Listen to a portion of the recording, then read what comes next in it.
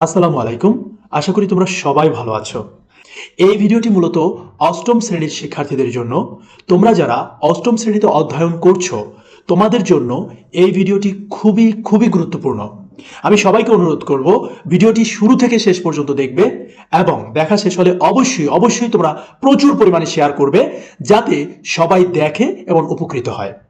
So অষ্টম শ্রেণীর যেই সকল শিক্ষার্থীরা আছো, তোমরা গণিত বইয়ের কোন কোন অধ্যায়গুলো করবে, অর্থাৎ কোন অধ্যায়গুলো তোমাকে করতেই হবে, নতুবা যখন তুমি নবম শ্রেণীতে উঠবে, তোমরা সবাই জানো নবম শ্রেণীতে গিয়ে আবার তোমাদের পুরাতন কারিকুলামে পড়তে হবে, অর্থাৎ তোমাদের সৃজনশীল কারিকুলামে পড়তে হবে।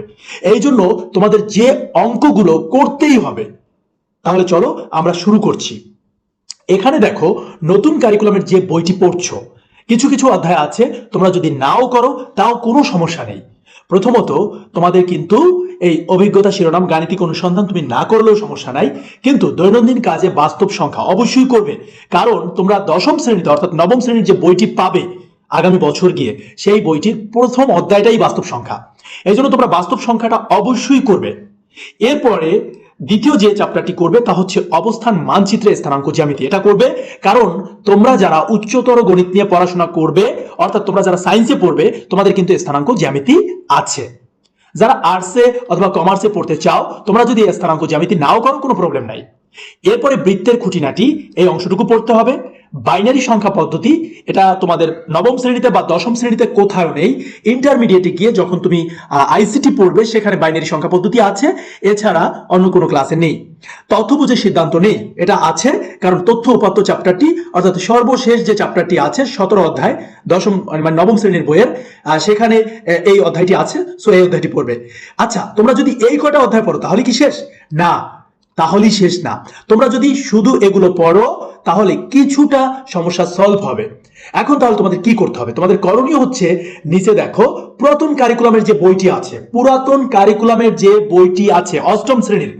এখন যদি বইটি তোমাদের কাছে না থাকে, তোমরা কিন্তু অনলাইনে অর্থাৎ এনসিটিভি লিখে সার্চ দিয়ে, গুগল ক্রোমে এনসিটিভি লিখে সার্চ দিলে অবশ্যই সেখানে তোমরা পুরাতন বইটি পেয়ে যাবে।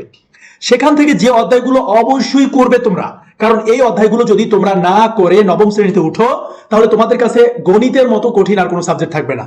কি কি করবে দেখো, তৃতীয় অধ্যায় পরিমাপ অবশ্যই করবে। চতুর্থ অধ্যায় বীজগণিতীয় রাশির মানে যে সূত্রাবলী এবং প্রয়োগ, এটা করতেই হবে।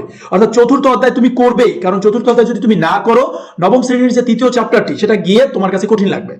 পঞ্চম অধ্যায় বীজগণিতীয় ভগ্নাংশ, এটা অবশ্যই করবে। ষষ্ঠ সরল সমীকরণ, এটা করবে।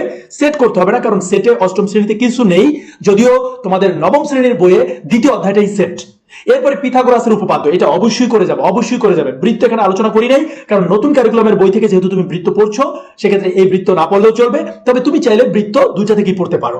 এরপরে তথ্য ও উপাত্ত, অর্থাৎ তোমরা উপরের অর্থাৎ যে নতুন কারিকুলামের যে বইটি আছে সেখানেও কিন্তু তথ্য উপাত্ত চ্যাপ্টারটি আছে, সর্বশেষ চ্যাপ্টারটি। আবার একাদশ শ্রেণী একাদশ অধ্যায় অর্থাৎ অষ্টম শ্রেণীর যে পুরাতন কারিকুলামের যে বইটি আছে, সেই বইটিতে একাদশ অধ্যায় তথ্য উপাত্ত, এটা পড়লেও চলবে। সো এই যে আমি বিষয়গুলো আলোচনা করলাম, প্লিজ তোমরা এই অধ্যায়গুলো শেষ না করে নবম শ্রেণীতে পা দিবে না। অবশ্যই তোমাদের আর কয়দিন সময় আছে তোমরা সবাই জানো। এখন হচ্ছে সেপ্টেম্বর মাস, অক্টোবর নভেম্বর ডিসেম্বরে তোমাদের ফাইনাল পরীক্ষা হবে। সো এই 2 মাসের মধ্যে তোমাদের কি করতে হবে? এই 3 মাসের মধ্যে তোমাদের ফুল সিলেবাসটা কমপ্লিট করতে হবে, এটা আমার অনুরোধ তোমাদের কাছে। অন্যথায় তোমরা কিন্তু নবম শ্রেণীতে গিয়ে অঙ্কের সব থেকে বেশি সমস্যা ফেস করবে। যাই হোক শিক্ষার্থী বন্ধুরা, অন্যান্য সাবজেক্ট নিয়েও আমি স্টেপ বাই স্টেপ আলোচনা করব। তোমরা ভিডিওটি সবার মাঝে শেয়ার করবে, পাশাপাশি আমাদের ইউটিউব চ্যানেলটি আছে, সাবস্ক্রাইব করবে। ভালো থাকবে, সুস্থ থাকবে, আল্লাহ হাফেজ।